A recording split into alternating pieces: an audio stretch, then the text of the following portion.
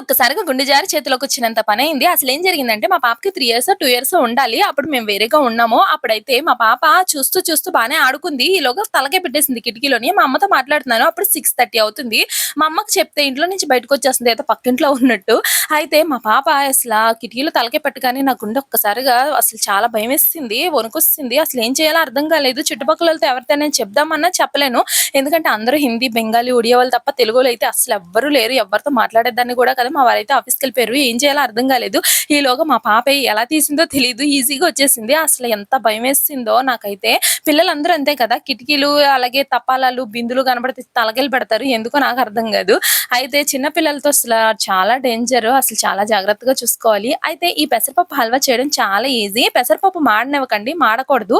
Brown colour వచ్చే వరకు బాగా ఫ్రై చేసేసుకొని పౌడర్ చేసుకోవడమే. తర్వాత ఇలా వండేసుకోవడమే. నాకు షుగర్ సరిపోలేదని కొంచెం షుగర్ అయితే ఎక్కువ వేసుకున్నాను.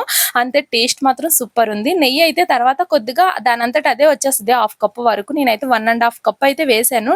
సూపర్ టేస్ట్‌గా ఉంది. నాకైతే చాలా నచ్చింది. మీరు కూడా చేసుకోండి. వీడియో నచ్చితే లైక్ చేయండి. సబ్స్క్రైబ్. ఓకే అండి. బాయ్.